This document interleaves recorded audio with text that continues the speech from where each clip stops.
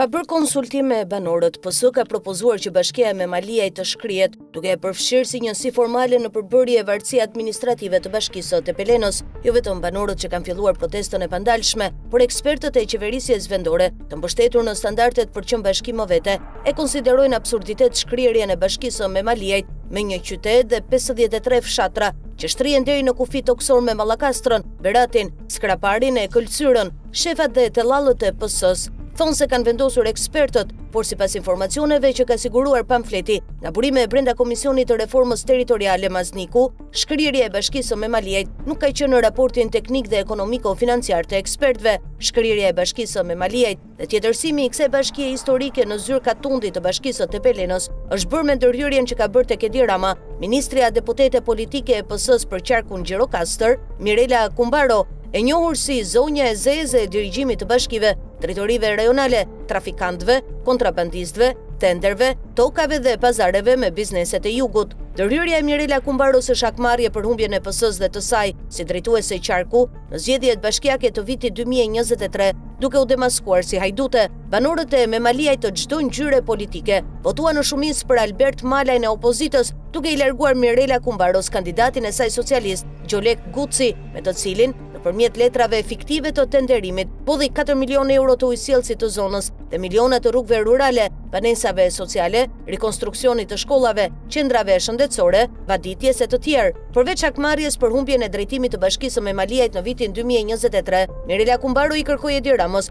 shkrirjen e kësaj bashkie edhe prej frikës që ka nga humbja e radhës në zgjedhjet e vitit 2027, sepse e di që PS dhe ajo si drejtuese politike e qarkut Gjirokastër, kandidat për bashkinë me Maliajt, nëse nuk do të shkrihet, do të ketë përsëri përballë Albert Malajn, kryebashkiakun aktual, i cili prej punëve të bëra në atë zonë gjatë 3 viteve, ka fituar besimin dhe mbështetjen e plotë të banorëve të asaj zone. Duke e futur me Maliajn në vartësi administrative të Bashkisë të Pelenos, Mirela Kumbaro ndërron që PS-ja të rifitojë territorin e Memaliajt në çadrën e Tepelenos i bashkie vetme, por kryebashkiaku aktual Albert Malaj, nëse PS do të bëjë çmendurin për të shkrirë bashkinë me Maliajt me kërkesën e banorëve, do të kandidojë për bashkinë e Tepelenos. Madje me provat e punëve që ka dhënë me Maliaj, ka krijuar mbështetje edhe tek shumë banorë të zonave të bashkisë aktuale të Tepelenos për zgjedhjet e vitit 2027, të cilën siç than banorët në protestën kundër shkrirjes, PS-ja dhe kumbara e saj Mirela Kumbaro do ta humbasin. Atër muaj para ndërhyrjes për të shkrirë bashkinë me Maliajt,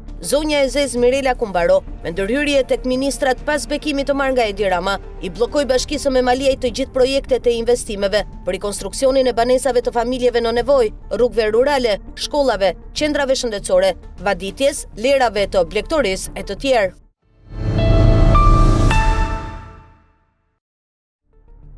Protestat kundër projekteve turistike në zonat e mbrojtura të Shqipërisë kanë kaluar tashmë kufit e vendit dhe kanë tërhequr vëmendjen edhe në Europë. Për eurodeputeten franceze Emma Furo, këto nuk janë thjesht protesta për mjedisin, por një përplasje mes interesit publik dhe fuqisë së miliarderëve. Sipas saj, ajo që po ndodh në Shqipëri nuk është një rast i izoluar. Fenomenet të ngjashme po shfaqen edhe në Itali, në Pulja dhe Sardenjë, ku projekte të mëdha turistike të lidhura me investitorë të fuqishëm po përballen me kundërshtimin e banorëve vendas. Furo, e cila vizitoi Shqipërinë, thotë se mobilizimi qytetar historik. Sipas saj, gjithçka nisi si një betejë për mbrojtjen e natyrës, por shumë shpejt u shndërrua në një revolt kundër mënyrës se si qeveria po trajton pronën publike dhe zonat e mbrojtura. Ajo kujton se Jared Kushner, dëndri i Donald Trump, ka deklaruar se interesi për Brexitin shqiptar lindi pasi Ivanka Trump e vizitoi zonën gjatë një udhëtimi me jat disa vite më parë. Për Furo, kjo tregon mentalitetin e një elite që beson se mund të blejë gjithçka, përfshirë edhe territori me rëndësi të jashtëzakonshme mjedisore. Sipas eurodeputetes, tokat e Shqipërisë nuk mund të trajtohen si madh luksi për miliarderët. Ato janë pjesë e trashëgimisë së qytetarëve shqiptar dhe përfshin ekosisteme të mbrojtura që nuk duhet të sakrifikohen për interesa private. Ajo akuzon drejt për drejt qeverinë shqiptare se jo vetëm ka lejuar këto projekte, por ka ndryshuar edhe ligjin për zonat e mbrojtura në vitin 2024, duke u lehtësuar zhvilluesve procedurat për ndërtim. Sipas saj, protestuesit kërkojnë shfuqizimin e këtij ligji, pasi e konsiderojnë atë si bazën ligjore të betonizimit të Brexitit. Furo e përshkruan situatën si një formë të re kolonializimi ekonomik. Sipas saj, ultra të pasurit po privatizojnë natyrën, ndërsa banorët vendas rrezikojnë të humbin pronat dhe mënyrën e tyre të jetesës. Gjatë vizitës në Shqipëri, ajo thotë se ka takuar familje që disponojnë dokumente pronësie, por megjithatë jetojnë me frikën se mund të largohen për të hapur rrugë investimeve luksoze. Në kënd vështrimin e saj, kjo është një luftë e qartë sociale. Nga njëra anë janë qytetarët që përballen me mungesën e shërbimeve bazë dhe vështirësive ekonomike, nga ana tjetër janë investitorë shumë të pasur, të cilëve u krijohen të gjitha lehtësitë për të zhvilluar projekte fitimprurse. Sipas saj, e njëjta skem po përsëritet edhe në vende të tjera të Europës jugore, në Itali, Spanjë, Greqi, Maltëzi dhe Shqipëri. Komunitetet lokale po organizohen për të mbrojtur territorin e tyre nga projekte që, sipas tyre, favorizojnë vetëm interesat e kapitalit të madh. Furo thotë se sloganet e dëgjuara në protestat shqiptare si "Shqipëria nuk është në shitje" pasqyrojnë revoltën e një shoqërie që po shet të rinj të largohen për mungesë perspektive, ndërsa tokat publike u kalojnë investitorëve të huaj. Një nga zonat që e ka impresionuar më shumë gjatë vizitës së saj ishte laguna e Nartës përballë ishullit të Sazanit. Ajo cilëson këtë territor si një nga deltat e fundit të mëdha të paprekura në Europë dhe shpreh shqetësimin se edhe aty ka nisur ndërhyrje infrastrukturore. Sipas saj, pretendimi i autoriteteve se po kryhet vetëm një studim i ndikimit në mjedis nuk është bindës. Furo argumenton se nuk mund të ndërtohen rrugë dhe ura për të realizuar një studim, duke cilësuar këtë si politik të faktit të kryer. Eurodeputetja franceze shprehet se në Parlamentin Evropian janë paraqitur amendamente për të kërkuar një moratorium mbi këto projekte, duke argumentuar se ato bien ndesh me standardet europiane për mbrojtjen e mjedisit. Megjithatë, ajo kritikon edhe Bashkimin Evropian, duke akuzuar për hipokrizi. Sipas saj, ndërsa në deklarata publike Brukseli mbron vlerat ekologjike, në praktik mbështet politika që përshpejtojnë investimet dhe reduktojnë kontrollet mjedisore. Furo ngre gjithashtu shqetësimin për mënyrën se, sipas saj, protestat janë trajtuar nga një pjesë e mediave shqiptare dhe për etiketimin e protestuesve si agent të huaj. Pavarësisht kësaj, ajo vlerëson se mobilizimi qytetar ka vazhduar për javë të tëra dhe ka bashkuar breza të ndryshëm. E pyetur nga L Media se çfarë ndodh nëse rrugët ligjore nuk japin rezultat, eurodeputetja përgjigjet se kur shteti nuk dëgjon qytetarët, është e natyrshme që shoqëria të kërkojë forma të tjera reagimi. Ajo argumenton se përgjegjësia kryesore bie mbi qeverinë që sipas saj lejojnë ndërhyrje të palishme në mjedis. Në fund, Furo shprehet se aktivistët shqiptar janë më të vendosur se kurrë për të vazhduar protestat. Sipas saj, ata nuk do të ndalen derisa të ndërpriten punimet dhe të ketë përgjegjësi politike për vendimet e mëra. Për eurodeputeten franceze, ajo që po ndodh sot në Shqipëri është shumë më tepër se sa një debat për një projekt turistik, është një përballje mes interesit publik, mbrojtjes së natyrës dhe fuqisë së kapitalit, një betejë që sipas saj po zhvillohet në gjithë Europën jugore. Pronarja hungarez i grupit 4IG dhe kompanisë celulare One Telecommunications u takua për të dytën herë brenda pak muajsh privatisht me kryeministrin Edi Rama në përpjekje për të mbyllur ujdi dhe kontrata në Shqipëri. Rënja e Viktor Orban nga pushteti dhe sulmi i kryeministrit të ri hungarez Peter Magyar ka nisur ndaj 4IG-s si simbol i korrupsionit të qeverisë së shkuar, duket se e ka detyruar oligarkun Gelert Yazai të kërkojë kontrata dhe fonde publike në Shqipëri. Gelert Yazai, kryetari dhe CEO i 4IG Nyrt, zhvilloi bisedime me kryeministrin shqiptar Edi Rama në Tiranë mbi operacionet aktuale të grupit në Shqipëri dhe mundësitë e ardhshme të investimit. Në takim u rishikua situata e One Albania, një filial i 4IG, si edhe mundësitë për bashkëpunim të mëtejshëm në fushën e telekomunikacionit. Shkruajnë mediat hungareze për takimin e fshehtë të ndodhur 3 ditë më parë. Këtë herë fokusi me sa duket kanë qenë kontratat në industrinë e mbrojtjes. Gelert Yazai theksoi gjatë takimit se kompania e tij është e gatshme të marrë një rol strategjik në Shqipëri, duke kontribuar në zhvillimin e kapaciteteve të industrisë së mbrojtjes së vendit dhe në forcimin e mundësive të eksportit në rajon, shkruan Private Banker. Për këtë qëllim Yazai është takuar edhe me ministrin e mbrojtjes Ermal Nufi, ku sipas asaj që bëjnë të ditur mediat hungareze ka negociata të avancuara. Kryetari dhe CEO i 4IG vazhdoi serinë e bisedimeve me ministrin shqiptar të mbrojtjes Ermal Nufi, duke identifikuar disa fusha konkrete bashkëpunimi për të cilat do të vazhdojnë diskutimet në periudhën e ardhshme. Ministri përgjegjës për politikën e mbrojtjes dhe zhvillimin e industrisë shqiptare të mbrojtjes konfirmoi se Shqipëria synon një bashkëpunim të ngushtë me kompanitë e mbrojtjes së vendeve partnere, me qëllim forcimin e konkurrueshmërisë dhe aftësisë eksportuese të industrisë kombëtare të mbrojtjes. Raporton Private Banker. Aksionet e 4IG kanë humbur 60% të vlerës së tyre që nga fillimi i vitit, duke zbritur aktualisht në 1700 forinta për aksion, nga 4475 forinta që ishte çmimi në fillim të vitit. 4IG konsiderohet si kompania më e ekspozuar politikisht në Hungari, e cila u fry përmes kontratave të drejtpërdrejta nga qeveria për fshirë një kontratë sekrete 3.5 miliardë euro, pak javë përpara zgjedhjeve, të cilën Magyar është zotuar se do ta rishikojë. Një ditë më parë agjencia e lajmeve Reuters e përfshiu grupin 4IG në emrat e 4 kompanive që rrezikojnë të dalin nga tregu pas rotacionit në Hungari. Kompanitë e ekspozuara politikisht të tilla si konglomerati i ndërtimit dhe energjisë Opus Global, zhvilluesi i pasurive të paluajtshme Appenin, firma e telekomunikacionit 4IG dhe MBH Bank kanë përjetuar rënje të ndjeshme të çmimeve të aksioneve, teksa investitorët favorizuan primet e humbura të kontrollit politik, shkruan Reuters. Duke cituar burime nga qeveria, ish zyrtarë dhe analistë, agjencia ndërkombëtare shkruan se disa nga këto kompani do të zhduken pas kërcënimeve në Hungari, me sa duket Gellert Yazai ka hedhur sytë nga Shqipëria për të shpëtuar kompaninë e tij përmes kontratave dhe favoreve qeveritare.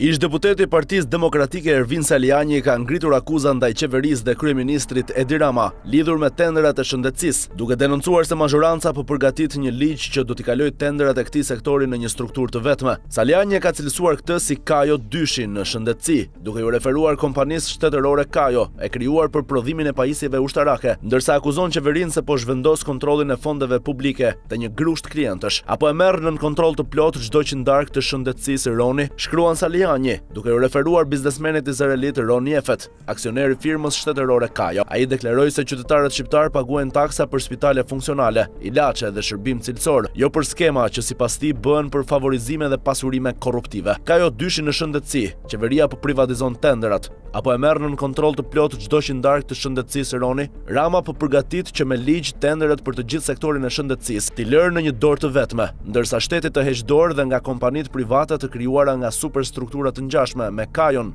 e të marrin kontrollin. Qeveria Rama i urren qytetarët dhe nuk po qeveris më për ta, por për të pasuruar një grusht klientësh. Tani më edhe fondet e shëndetësisë po kthehen në biznes për të favorizuar të përzgjedhurit e klientelës, duke prekur sektorin më të ndjeshëm, shëndetin dhe jetën e njerëzve, pasi dështoi të ndërtojë një sistem publik të denjë. Pasi çdo koncesion i këtyre viteve përfundoi në SPAK për abuzime me miliona euro, tani po zgjedh ta dorëzojë shëndetësinë e bërë cop-cop dhe duke e zhvendosur param publike aty ku i leverdis politikisht, tek ronat e tij. Shqiptarët paguajnë taksa për të pasur spitale që funksionojnë, ilaçe dhe shërbim cilësor, jo për të financuar skema që qartësisht bëhen për favorizime dhe pasurime korruptive. Shëndetësia nuk është prona e Edi Ramës, është e drejtë e qytetarëve. Çdo vendim që prek miliarda lek të taksa paguesve duhet të përgjigjet interesave të pacientëve, jo interesave të pushtetit që kërkon të pasurohet në kurrizë të shëndetit të shqiptarëve. Kompania MAPCO në pronësi të biznesmenit Bexhet Pacolli ka paralajmëruar se do t'i drejtohet arbitrazhit ndërkombëtar pas vendimit të Ministrisë së Infrastrukturës dhe Energjisë për të nisur procedurat e zgjidhjes së kontratës koncesionare të aeroportit ndërkombëtar të Florës për shkak të mosrespektimit të afateve të përfundimit të projektit. Në një reagim publik, Pacolli deklaron se kompania nuk ka marrë ende asnjë njoftim zyrtar nga autoritetet shqiptare dhe se është informuar për zhvillimin vetëm përmes mediave. Për një investim strategjik me rëndësi kombëtare është e papranueshme që investitori të informohet nga media dhe jo nga institucionet shtetërore. Nëse ky lajm rezulton i vërtet, atëherë shteti shqiptar po zgjedh me vetdije rrugën e arbitrazhit ndërkombëtar. MAPCO ka bërë çdo përpjekje për ta shmangur këtë skenar dhe për gjetur një zgjidhje institucionale, shprehet Pacolli. Sipas tij, kompania ka kërkuar vazhdimisht një zgjidhje institucionale, por pretendon se është përballur me pengesa nga vetë institucionet shtetërore, të cilat sipas tij fillimisht bllokuan përfundimin e projektit dhe tani po përdorin të njëjtat vonesa si argument për ndërprerjen e kontratës. Pacolli bën me dije se MAPCO ka investuar mbi 320 milionë euro në projekt dhe se kishte përmbushur pothuajse të gjitha detyrimet kontraktore, duke qenë pranë fazës së certifikimit të aeroportit. Ai pretendon se edhe pse gjykata e lartë i riktheu kompanisë të drejtën e administrimit të aeroportit, MAPCO u pengua për muaj me radhë të hynte në kantier pas konfliktit me punonjësit e ortakut Balon Ademi. Sipas biznesmenit, nëse procedura për zgjidhjen e kontratës konfirmohet zyrtarisht, kompania do të ndjekë të gjitha rrugët ligjore për mbrojtjen e interesave të saj, përfshirë arbitrazhin tregtar ndërkombëtar kundër Republikës së Shqipërisë. Reagimi i plotë i Bexhet Pacollit. Sot Ministria e Infrastrukturës dhe Energjisë ka nisur procedurën për zgjidhjen e kontratës së koncesionit të aeroportit ndërkombëtar të Florës. Deri në këtë moment MAPCO Construction SA nuk ka marrë asnjë njoftim zyrtar nga autoriteti kontraktor. Për një investim strategjik me rëndësi kombëtare, është e papranueshme që investitori të informohet nga media dhe jo nga institucionet shtetërore. Nëse ky lajm rezulton i vërtet, atëherë shteti shqiptar po zgjedh me vetdije rrugën e arbitrazhit ndërkombëtar. MAPCO ka bërë çdo përpjekje për ta shmangur këtë skenar dhe për të gjetur një zgjidhje institucionale, fatkeqësisht përballë papërgjegjshmërisë, heshtjes dhe veprimeve të palishme të disa përfaqësuesve shtetëror, çdo mundësi për zgjidhje është mbyllur. Ky arbitrazh do të jetë pasojë drejtpërdrejtë e neglizhencës, veprimeve të kundërligjshme dhe papërgjegjshmërisë së disa përfaqësuesve të institucioneve shtetërore dhe veprimeve të elementëve që në mbulesën e institucioneve kanë vepruar jashtë ligjit, si dhe e dështimit të një sistemi drejtësie të ndikuar për të garantuar zbatimin e ligjit dhe mbrojtjen e të drejtave të investitorit. Nuk kam dëshiruar kurrë që taksapaguesit shqiptar të paguajnë faturën e neglizhencës, papërgjegjshmërisë dhe vendimeve të palishme të zyrtarëve, që sot vazhdojnë të sillen me indiferencë, sepse ata nuk mbajnë asnjë përgjegjësi personale. Dëmin nuk e paguajnë ata, por qytetarët shqiptar dhe biznesi. Mapco është ekspozuar financiarisht me mbi 320 milionë euro, pa përfshirë humbjen e fitimit dhe kostot ligjore. Kompania kishte përfunduar pothuajse të gjitha detyrimet kontraktore dhe ndodhej vetëm pak para fazës së certifikimit të aeroportit. Megjithatë, pas vendimit të gjykatës së lartë, grupe që veprojnë në mënyrë arbitrare dhe jashtë ligjit, me mbështetje ose tolerim institucional, penguan Mapcon të hynte në kantier dhe të përfundonte projektin. Për muaj të tërë në prani të policisë së shtetit, investitori u mbajt jashtë pronës së tij, ndërsa pajisje me vlerë u dëmtuan, u shkatruan dhe një pjesë edhe u vodhën. Paradoksi është i qartë, nga një anë institucionet penguan përfundimin e projektit, ndërsa nga ana tjetër kërkojnë ta përdorin këtë pengesë si arsye për zgjidhjen e kontratës. Kjo bie ndesh me vendimin e gjykatës së lartë, me kontratën e koncesionit, me marrëveshjen dypalçe për mbrojtjen e investimeve ndërmjet Zvicrës dhe Shqipërisë dhe me parimin universal të së drejtës, se askush nuk mund të përfitojë nga sjellja e vet e paligjshme. Nëse procedura konfirmohet, Mapco do të mbrojtë të drejtat e saj me të gjitha mjetet juridike, përfshirë provat dhe faktet që posedon, kundër secilit që ka shkaktuar këtë skandal të turpshëm, e deri në arbitrazhin tregtar ndërkombëtar kundër Republikës së Shqipërisë. Ky nuk është një kërcënim, është pasojë juridike e veprimeve jo ligjore dhe mosveprimeve të papërgjegjshme të përfaqësuesve të institucioneve shtetërore, përfundon reagimi i Pacollit.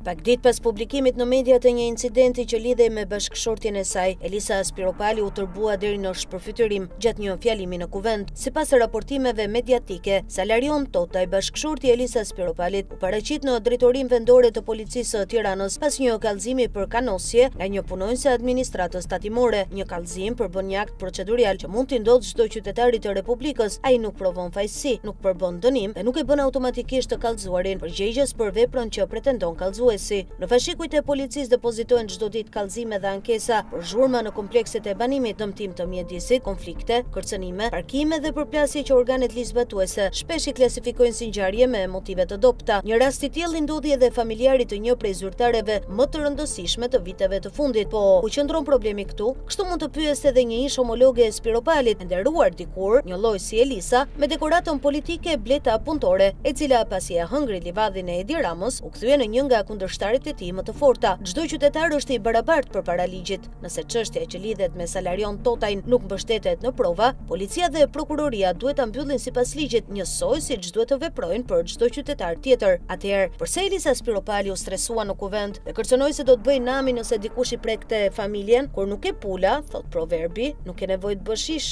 Një politikan, zyrtar ose përfaqësues i zgjedhur, përfiton favore të mëdha nga ekspozimi publik. Pushteti i jep autoritet, privilegje, ndikim dhe një standard jetese që shumica e qytetarëve nuk e ka. Por ekspozimi sjell edhe kufizime. Publiku vëzhgon jetën politike, pasurinë, konfliktet e interesit dhe sjelljen publike të zyrtarit. Kur çështja prek ligjin ose përdorimin e pushtetit, vëmendja shtrihet në mënyrë të pashmangshme edhe tek rrethi familjar. Miliona sy dhe vesh vëzhgojnë figurat publike. Teknologjia e sotme shufishon këtë kontroll, po nëse nuk ke skelete në dollap, nuk ke arsye të trembesh. Edhe një ngjarje e pakëndshme si paraqitja në polici mund të kthehet në favor publik. Një zyrtar mund ta përdorë për treguar se respekton institucionet, nuk kërkon trajtim të privilegjuar dhe nuk ka asgjë për të fshehur. Nëse dikush e ka sajuar kallëzimin për të dëmtuar imazhin e familjes së Spiropalit, kjo duhet i jap asaj edhe më shumë arsye të kërkojë transparencë. E vërteta mbrojt me dokumente, dëshmi dhe respekt për procedurën, jo me kërcënime nga foltoria e kuvendit. Në çdo demokraci perëndimore, njerëzit më të rëndësishëm të politikës, financës, drejtësisë, spektaklit dhe sportit përballen me kontroll më të madh nga ligji dhe institucionet që e zbatojnë atë. Mjafton të nisemi nga Donald Trump, presidenti i Shteteve të Bashkuara, dhe të vazhdojmë me dhjetra drejtues, ish president, ministra, miliarder dhe personazhe publik. Në një demokraci, procedura ligjore nuk përbën automatikisht përsekutim. Shumë figura publike e kthejnë përballjen me ligjin në pjesë të strategjisë së tyre politike, të mbijetesës dhe të forcimit publik. Kjo përballje pasuron edhe jetën publike. Ajo forcon shtetin ligjor, ushqen debatin dhe vën në lëvizje një industri të tërë shërbimesh, nga avokatët dhe kancelarit juridike te ekspertët, hetuesit, mediat dhe analistët. Kontrolli i ligjit qëndron si një gjyle e përhershme në këmbën e një politikani gjatë gjithë jetës, madje edhe pasi largohet nga detyra. Ai ngjan një byzëlyku elektronik me GPS, i cili e ndjek kudo dhe kujton se pushteti nuk i jep imunitet nga përgjegjësia. Ky është çmimi që paguan një figurë publike për pushtetin dhe privilegjet që ka fituar. Pozita i jep mundësi të jetojë më mirë dhe më rehat se qytetarët e zakonshëm, por i kërkon të pranojë më shumë kontroll. Kur një politikan nuk shpreh dot lirisht idetë dhe bindjet e tij nga frika e ligjit, e dosjeve ose së kaluarës,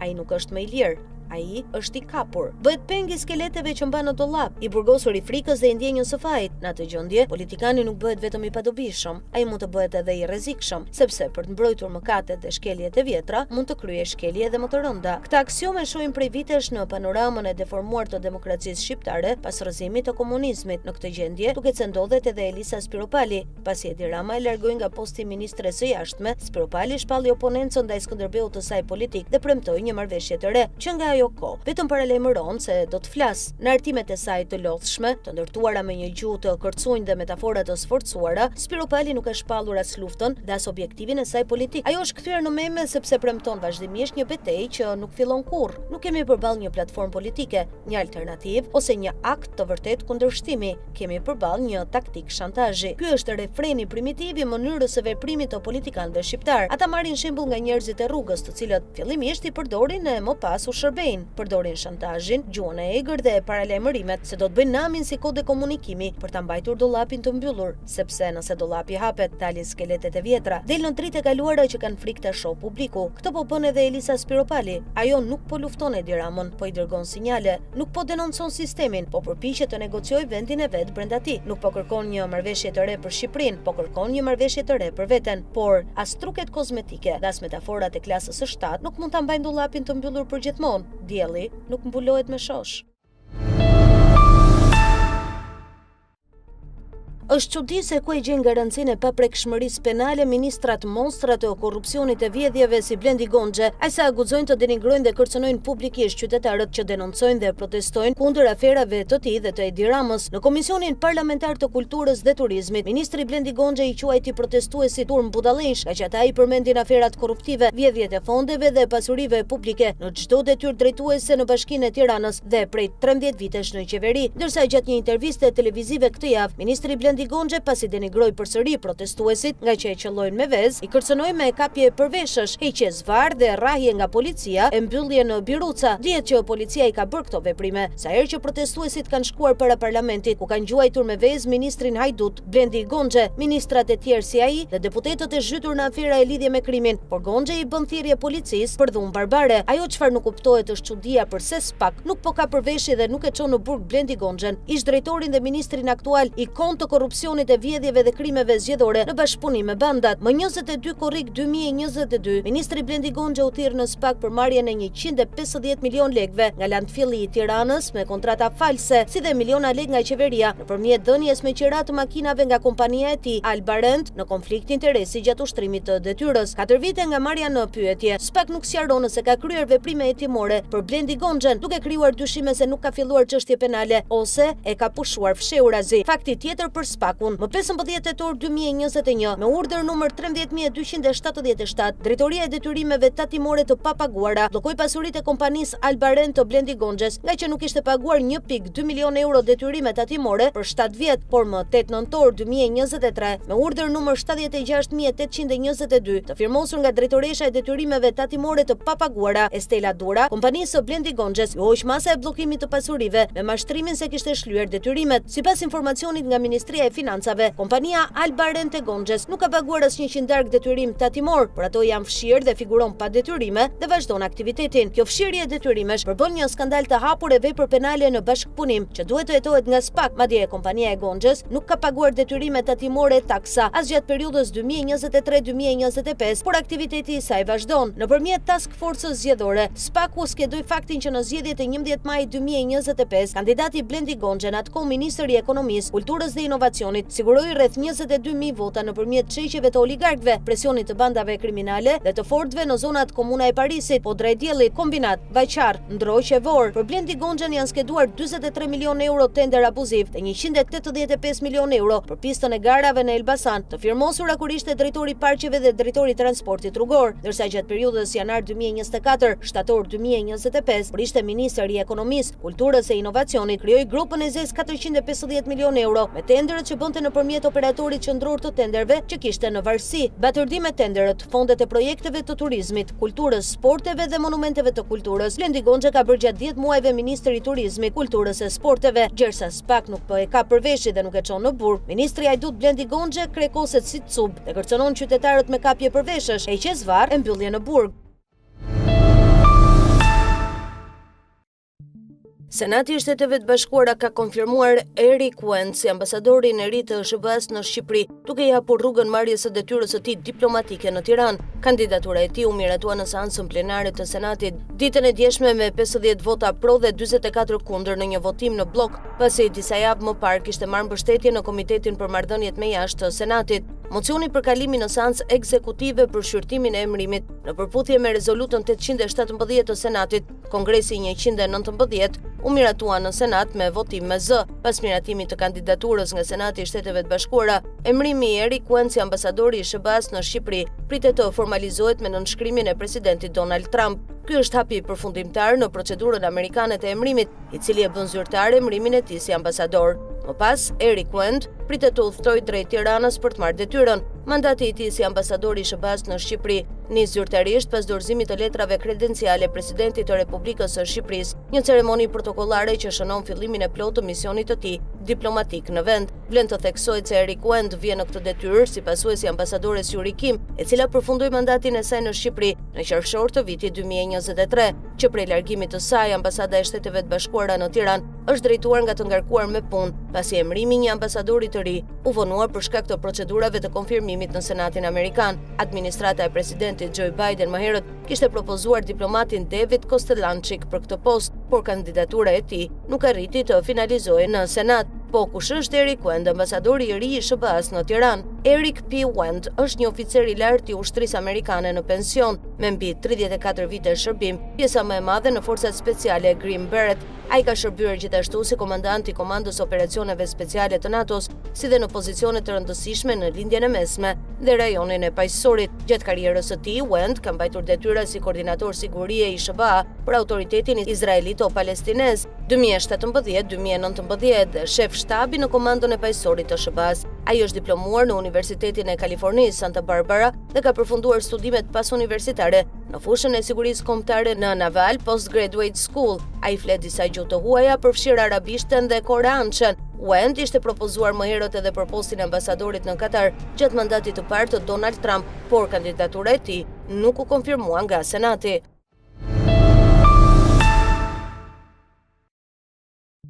Katandisjen e bashkive që krijoi reforma territoriale e vitit 2015 nuk e solli vetëm organizimi i ri administrativ, Edi Rama i degradoi ato politikisht dhe institucionalisht. Mania e tij për të kontrolluar gjithçka e ktheu pushtetin vendor në Shqipëri në një zyrë pa peshë, të cilën qeveria qendrore nuk e pyet për asgjë. Edi Rama është sot politikani më i pushtetshëm në vend, pikërisht fal fuqisë që fitoi gjatë drejtimit të Bashkisë së Tiranës. Brenda një kohe të shkurtër, ai u kthye në pushtetarin që kontrollonte më shumë buxhet, leje, investime dhe interesa ekonomike se shumica e ministrave të qeverisë. Kur nisi prishjen e ndërtimeve Buzlanës dhe ndërhyrje në parkun në Rinia në vitin 2000, Rama aktivizoi ato pak kompani ndërtimi që kishin infrastrukturën dhe mjetet logjistike për të larguar inertet dhe për të kryer shembjet në një kohë kur shteti nuk kishte kapacitete për ta bërë këtë punë. Në këmbim të këtij shërbimi, kryebashkiaku u dha kompanive leje ndërtimi. Ai përdori në praktik një formë të errshme partneriteti publik-privat, pa patur ende një kuadër të qartë ligjor që e rregullon atë.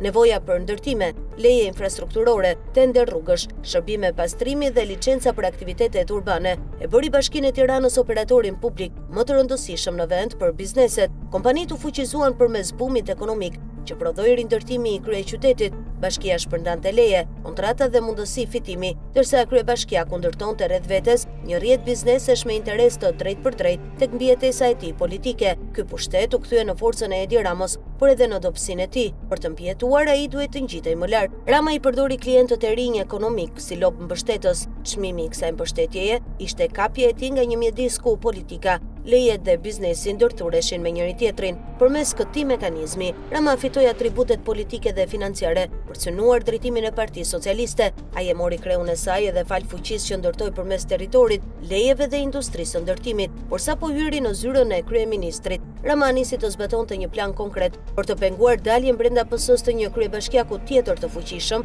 cili mund të ndiqte të njëjtë rrugë dhe ta sfidonte. Nuk ishte rastësi që një nga operacionet e para politike, pas ardhjes së tij në pushtet, goditi shpëtim Gjikën. Pas 3 mandatesh në krye të Bashkisë së Florës, Gjika ishte kthyer në një forcë të rëndësishme politike, jo vetëm në qytet, por edhe në jug dhe në politikën kombëtare. Hetimet ndaj tij dhe më pas përjashtimi nga kryesia e PS-s shërbyen për ta nxjerrë jashtë loje. Gjika u përball me akuza penale që duhej t'i zgjidhte drejtësia, por Rama e shfrytëzoi situatën për ta vrarë politikisht dhe për të neutralizuar një qendër pushteti brenda partisë. Të njëjtën manovër e përsëriti në Vlorë me Dritan Lelin, i cili hyri në politikën lokale edhe me mbështetjen e Koçokok-Dhimës. Rama arriti ta vendoste Lelin në darën e klaneve të forta socialiste të qytetit dhe të grupeve të nëntokës që kontrollonin interesa ekonomike në Vlorë. Përplasja e hapur nisi përpara zgjedhjeve parlamentare të vitit 2021, kur Rama i kërkoi Lelit të largohej nga bashkia për të kandiduar si deputet. Kryebashkiaku u tregua gurç dhe nuk pranoi. Rama e përjashtoi nga funksionet partijake, e la jashtë fushatës së PS-s dhe goditi të gjithë grupin drejtues të bashkisë. Konflikti e futi administrimin e Vlorës në kaos dhe bllokoi një pjesë të punëve të nisura, përfshirë projektet e lidhura me lungomaren, të cilën kryeministri kërkonte ta kontrollonte plotësisht. Më pas, Rama solli Ermal Dredhën, djalin e ish kryebashkiakut dhe mjeku të njohur Niko Dredha. Familja e tij kishte ndikim në Vlorë dhe lidhje të afërta me familjen e Gramoz Ruçit. Por as me diplomatin Dredha, gjërat nuk shkuan vaj, që në muajt e parë, kryebashkiaku i ri u përball me tensione dhe ngarkesë të madhe. Ai u largua nga posti kur këtë e kërkoi Edi Rama, i cili më pas vendosi një figurë tjetër të lidhur me grupimet e veta në Vlorë. Praktikisht, edhe pse Vlora përbën një nga qytetet me potencialin më të madh ekonomik për shkak të turizmit, ajo nuk arriti të ndërtonte një bashki konkurruese, pavarur dhe me peshë politike. Rama nuk lejoi që bashkia e Vlorës të prodhonte një drejtues të fortë. Ajo duhet të mbetej një zyrë vartëse e kryeministrisë. Modeli i Vlorës u përsërit në Himar. Edhe pse e vogël në numër banorësh, Himar administron një territor me vlera të mëdha ekonomike, turistike dhe pronësore. Rama katapultoi atje Evangjel Tavon në funksion të lojrave të mëdha ekonomike, elektorale dhe gjeopolitike që zhvillohen në zonë. Në Sarand, kandidati që PS vendosi në vitin 2023 nuk e përfundoi mandatin. Kryeministri solli më pas një biznesmen nga Golemi për të administruar një nga zonat turistike më të rëndësishme të vendit. E njëjta logjik shfaqet edhe në historinë e Erion Veliajt, kryebashkiakut të 3 mandateve. Rama e kishte paralajmëruar publikisht se do ta varte në pemë nëse çështjet e tij do ta rëndonin PS-n. Kur Veliaj përfundoi në burg, kryeministri e braktisi politikisht dhe nuk i njohu pothuajse asgjë nga trashëgimia e punës së tij në krye të Bashkisë së Tiranës. Rama riktheu në qendër vetëm trashëgimin e vet si kryebashkiak dhe e paraqiti periudhën e tij si të vetmen epokë që transformoi Tiranën. Veliaj duhet të përgjigjet individualisht për çdo akuzë që ka ngritur drejtësia për trajtimi politik që Rama i bëri rastit, tregoi edhe një herë rregullin e sistemit. Kryebashkiaku vlen për aq kohë sa i shërben kryetarit të partisë. Si mund të realizohet një ndarje e re territoriale ose të fuqizohet pushteti vendor në një Shqipëri që e kontrollojnë kryetarët e 2 partive të mëdha?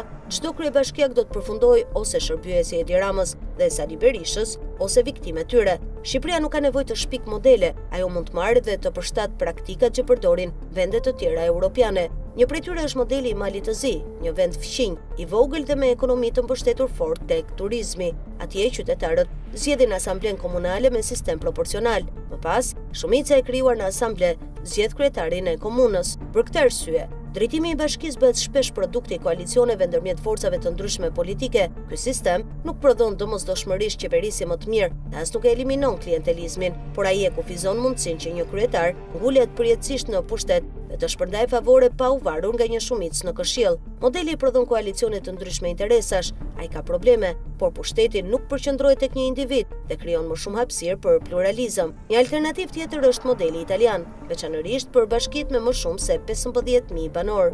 Qytetarët italian e zgjedhin drejt për drejt kryetarin. Kandidati që merr më shumë se 50% të votave fiton në raundin e parë. Nëse asnjë kandidat nuk e arrin këtë kufi, dy kandidatët e parë përballen në balotazh. Ministria e Brendshme italiane për zgjedhjen e drejt për drejt dhe balotazhin. Balotazhi jep kryetarit një legjitimitet që shkon për te oborrit të partisë. Për të fituar raundin e dytë, kandidati duhet marrë mbështetje edhe nga votues që nuk i përkasin forcës së tij politike. Franca përdor një sistem tjetër. Qytetarët zgjedhin Këshillin Bashkiak me një mekanizëm deri në 2 raunde, dhe më pas Këshilli zgjedh kryetarin. Pra Franca nuk e zgjedh drejt për drejt kryetarin me formulën e balotazhit personal.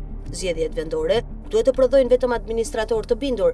Ato duhet shërbejnë si një olimpiadë politike, u formojnë drejtuesit e ardhshëm të jetës kombëtare.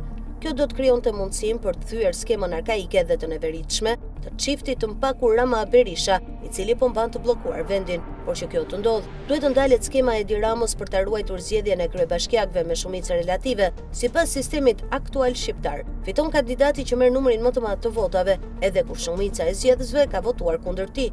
Kodi zgjedhor Neni 166. Duhet të refuzohet edhe skema e Sali Berishës, i cili kërkon ta përdorë ndarjen territoriale për të shpërblyer feudët dhe bajraqet e veta politike me bashki të copëzuara. Njëri kërkon bashki të mëdha që i kontrollon nga qendra, tjetri kërkon bashki të vogla për t'u shpërndar njerëzve të vet. As Rama dhe as Berisha nuk kërkojnë pushtet vendor të pavarur. Ata kërkojnë kryebashkiak kukulla.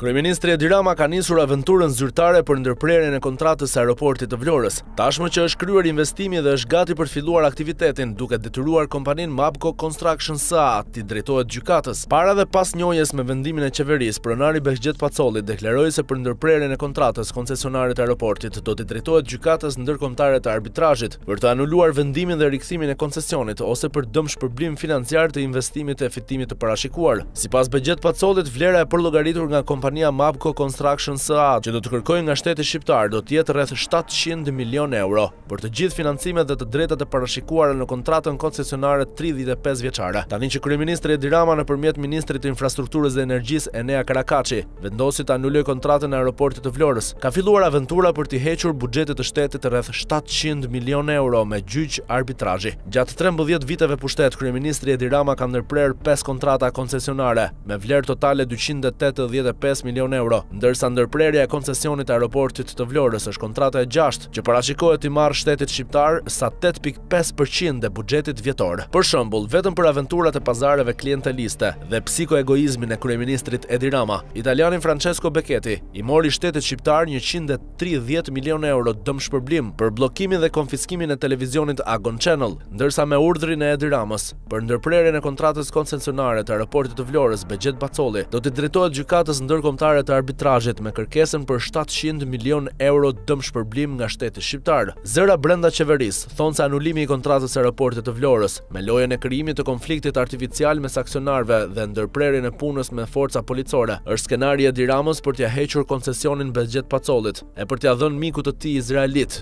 Ron Jefet. Nuk është rastësi që me 11 qershor, 3 javë pasi ministri Enea Karakaçi paralajmëroi Behgjet Pacollin për anulim të kontratës koncesionare, izraeliti Ron Jefet themeloi në Shqipëri kompaninë ajrore Timac Aviation. Objekti i kësaj kompanie është për menaxhim aeroportesh, transport ajror njerëzish e mallrash pa kufizim, lidhje kontratash, transporti ajror me kompani të tjera, fluturime private charter, air taxi, fluturime VIP executive, panoramike, rekreative, emergjence, mjekësore, humanitare, kërkim shpëtimi e të tjerë. Nuk është rastësi as fakti që para një jave kompania ajrore Timac Aviation e izraelitit Ron Jefet u pajis me certifikat sigurie nga Ministria e Brendshme, Ministria e Mbrojtjes, Ministria e Infrastrukturës dhe Energjisë, Ministria e Ekonomisë dhe Inovacionit, Autoriteti i Aviacionit Civil dhe Alp Control. Siç dihet, kryeministri Edi Rama, mikut e klientit të tij izraelit Ron Jefet, i ka dhënë dhe monopolin e armëve dhe makineri pajisje ushtarake, duke e bërë 80% ortak me shoqërinë shtetërore ushtarake Kajo.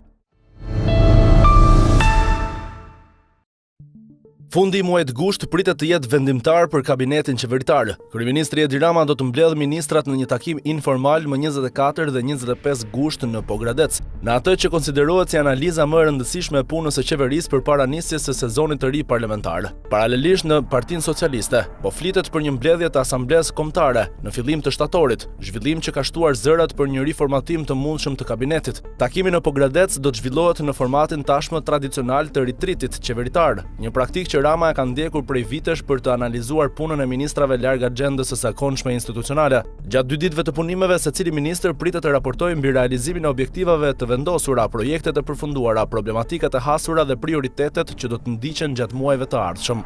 Burime politike bëjnë me dije se raportimet nuk do të kufizohen vetëm te puna e ministrave, por do të përfshinë edhe analizën e performancës së secilit antar të kabinetit. Në këtë mënyrë, mbledhja shihet si një test për ministrat, në një moment kur qeveria po hyn në një fazë të re të mandatit të 4. Megjithëse nuk ka asnjë konfirmim zyrtar për ndryshime në kabinet, prej javësh në qarqet politike dhe qeveritare, flitet për një rifreskim të mundshëm të ekipit drejtues. Sipas burimeve, të paktën 6 ministri janë përfolur si pjesë e një skenari të mundshëm ristrukturimi, ndërsa emrat konkret mbeten objekt të diskutimesh informale. Një pjesë e analistëve e lidhin këtë moment me mënyrën se si Rama ka vepruar edhe në mandatet e mëparshme. Kryeministri ka treguar se nuk heziton të ndërhyrë në përbërjen e kabinetit sa herë që e vlerëson se ritmi i punës nuk është ai që kërkon ose kur synon të jap një impuls të ri qeverisjes. Për këtë arsye, çdo mbledhje e kësaj natyre është shoqëruar gjithmonë me pritshmëri për lëvizje të niveleve të larta të ekzekutivit. Një tjetër element që shton pritshmëritë është mbledhja e mundshme e Asamblesë Kombëtare të Partisë Socialiste në fillim të shtatorit, pak ditë përpara nisjes së sesionit të ri parlamentar më 7 shtator. Nëse kjo mbledhje do të zhvillohet, ajo mund të shfrytëzohet nga Rama jo vetëm për të analizuar situatën politike, por edhe për të prezantuar çdo vendim që mund të merret për kabinetin qeveritar. Në fokus të diskutimeve pritet të jetë edhe dokumenti BESA, të cilin kryeministri e ka prezantuar si modelin e ri të funksionimit të qeverisë dhe administratës gjatë mandatit të 4. Rama u ka kërkuar ministrave dhe drejtuesve të institucioneve më shumë llogaridhënie, ritëm në zbatimin e projekteve dhe rezultate konkrete, duke paralajmëruar se performanca do të jetë kriteri kryesor për vijimin ose jo në detyrë. Ndërkohë, Asambleja Kombëtare e PS-s pritet të shqyrtojë edhe mocionin e propozuar nga kryetarja e Kuvendit Elisa Spiropali për nisjen e një dialogu kombëtar mbi një marrëveshje të re për Shqipërinë, krahas çështjeve politike dhe organizative. Mbledhja mund të shërbejë edhe si një moment për përcaktimin e objektivave të mashurancës për muajt e ardhshëm. Takimet e fundgushtit dhe fillim shtatorit zhvillohen në një periudhë kur qeveria po përgatitet për një sezon të ri politik, me sfida që lidhen me ekonominë, investimet publike, integrimin evropian dhe reformat e paralajmëruara. Për këtë arsye, analiza e performancës së ministrive pritet të ketë një peshë të veçantë në vendimarrjen e kryeministrit. Nëse zërat për ndryshime do të konkretizohen, do të ishte një tjetër riformatim i kabinetit të Edi Ramës, praktikë që ai ka ndjekur disa herë gjatë viteve të fundit për të rikonfiguruar ekipin qeverisës. Deri në marrjen e një vendimi zyrtar, çdo skenar mbi emrat që mund të largohen apo të emërohen mbetet në nivel spekulimesh politike, ndërsa syt janë tashmë tek mbledhja e Pogradecit dhe ajo e Asamblesë së Partisë Socialiste, nga ku pritet të dalin sinjalet e para për drejtimin që do të marrë qeveria në muajt në vijim.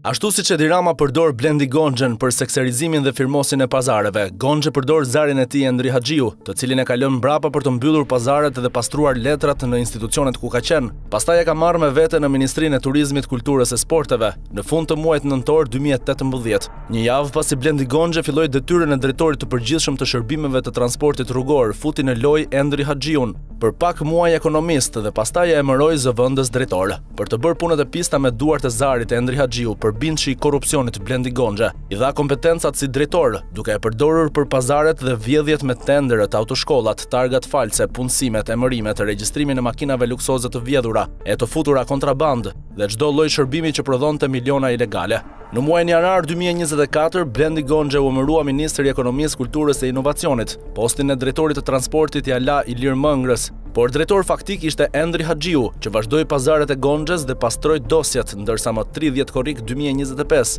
u emërua zyrtarisht drejtori i përgjithshëm deri në fund të muajit tetor. Në muajin nëntor 2025, Blendi Gonxhe e mori Endri Haxhiu në Ministrinë e Kulturës dhe emëroi drejtor të Institutit Kombëtar të Trashëgimisë Kulturore, ku i ka dhënë edhe kompetencat e sekretarit të Këshillit Teknik, megjithëse është me profesion ekonomist. Ky emërim është skandaloz, por Blendi Gonxhe si duhet dhe po e përdor Endri Haxhiun për shkatërimin e monumenteve të trashëgimisë kulturore, me lejet dhe ekspertizat false për t'i dëmtuar, degraduar e zhdukur, siç po vepron me monumentet në Shkodër, konkretisht me masakrën e shembjes së Gjuadolit, për të ndërtuar ndërtesa me shumë kate. Referuar faqes zyrtare, rezulton se gjatë 7 muajve në detyrë, Endri Haxhiu ka firmosur lejet për të ndërhyrë në 114 monumente të trashëgimisë kulturore dhe ka firmosur aktet e miratimit me raporte trashëgimish false për lejimin e 171 ndërtimeve hotelesh, resortesh, shkullash, pallatesh e kompleksesh dhe vila në hapësirat e monumenteve të trashëgimisë kulturore dhe në zona arkeologjike me pasuri të tilla. Realisht, pazaret për këto akt miratime në favor të ndërtuesve e bozëve të resorteve i ka bërë dhe po i bën ministri Blendi Gonxhe,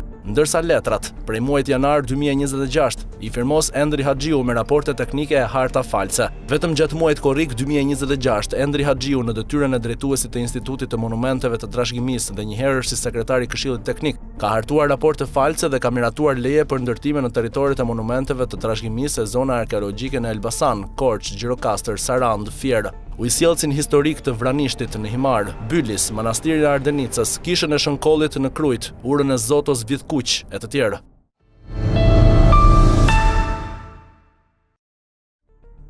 Ish drejtoresha e doganeve, ish ministrja e marrëdhënieve me parlamentin, ish kryetare e kuvendit dhe ish ministrja e jashtme Elisa Spiropali, gjithje në karrierë ka shoqëruar me qëndrime agresive ndaj bëmave të Sali Berishës gjatë pushtetit dhe gjatë 13 viteve opozit. Shumë shpejt, sidomos pasi e quajti Edi Ramën Skënderbe, Elisa krijoi imazhin e rrem të rilindëses idealiste, figurë të pastër dhe të pakorruptuar, e pa kompromise pazaresh me ish deputetin e PD-s dhe të PS-s. Por dokumentet që janë publikuar dhe shumë dokumente të pa publikuara që disponon pamfleti vërtetojnë se nën maskën e figurës së pastër të Elisa Spiropalit, bashkëshorti i saj Salarion Totaj ka përfituar pasuri të shumta dhe miliona euro me tender nga pushteti i PS-s, por edhe nga pushteti i Sali Berishës. Fakti është ky, me vendim numër 72, datë 20 dhjetor 2011 të Këshillit Bashkiak të Fierit, në atë kohë i drejtuar nga PD me kryetar Vasil Ndrekon, bashkëshorti i Elisa Spiropalit ka marrë banesë i pastre me fonde dhe listë të posaçme të miratuar nga Sali Berisha. Trajtimi me banesë familjeve të pastreja në Fier u bë me vendim numër 37, datë 21 korrik 2011, vendim në të cilin Salarion Totaj nuk ishte në listë, sepse realisht nuk ishte i pastre dhe nuk ishte familje në nevojë, pasi kishte shumë të ardhura financiare. Por 5 muaj më pas, konkretisht në dhjetor 2011, qeveria Berisha i dërgoi Bashkisë së Fierit një fond dhe listë emrash të shtuar për t'u trajtuar me banesa si të pastre, mes të cilëve ishte futur emri Salarion Luan Totaj, bashkëshorti i Elisa Spiropalit. Shtimi i emrit të bashkëshortit të Elisa Spiropalit me vendim e listë të posaçme nga ish kryeministri Sali Berisha, e miratuar nga Këshilli Bashkiak i Fierit, që kishte shumicën dhe drejtohej nga PD,